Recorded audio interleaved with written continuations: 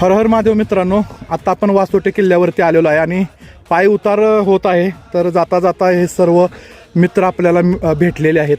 एक काका तर बिना चपलाचेच आलेले आहेत, काय सकट घातलेले नाहीये. काका नमस्कार.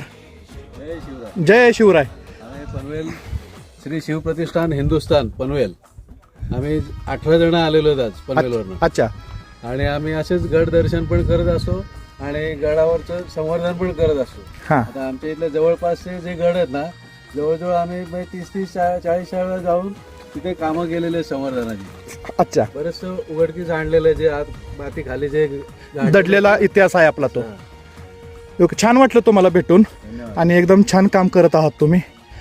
या व्हिडिओच्या माध्यमातून तुम्ही सुद्धा तुमचे जे कोणी व्हिडिओ बघणारे लोक असतील त्यांना सुद्धा आम्ही सांगू इच्छितो की आपल्या जवळपास जे काही गडकोड असतील त्यांच्यावर आपण गेलं पाहिजे, तिथला इतिहास आपण जपला पाहिजे, त्यांचं संवर्धन आपण केलं पाहिजे. ते आपली खऱ्या अर्थाने जे शिवछत्रपती असतील, संभाजी महाराज असतील यांच्या रूपात जिवंत असलेली स्मारके आहेत तर ते आपण जपलं पाहिजे, त्यांचं संवर्धन केलं पाहिजे आणि ती स्वच्छता आपण ठेवली पाहिजे. बरोबर. आता या गडावरती आलो तर आपण एक कचरा किंवा एक प्लास्टिकची बॉटल किंवा एक थैली आपण पाहिलेली नाही. वर जे काय आणलं ते आपण घेऊन निघालोय. या गोष्टीचं एक कारण सुद्धा आहे, कारण खाली जे चेकपोस्ट आहे तिथे आपण जो काही कचरा घेऊन येतो किंवा काही प्लास्टिक घेऊन येतो किंवा बॉटल घेऊन येतो त्या बॉटलवर पैसे म्हणजे ते डिपॉझिट जमा करून घेतात, 500 रुपये काहीतरी. अच्छा. ते पैसे जमा करून घेतल्यामुळं आपले पैसे जातील वाया.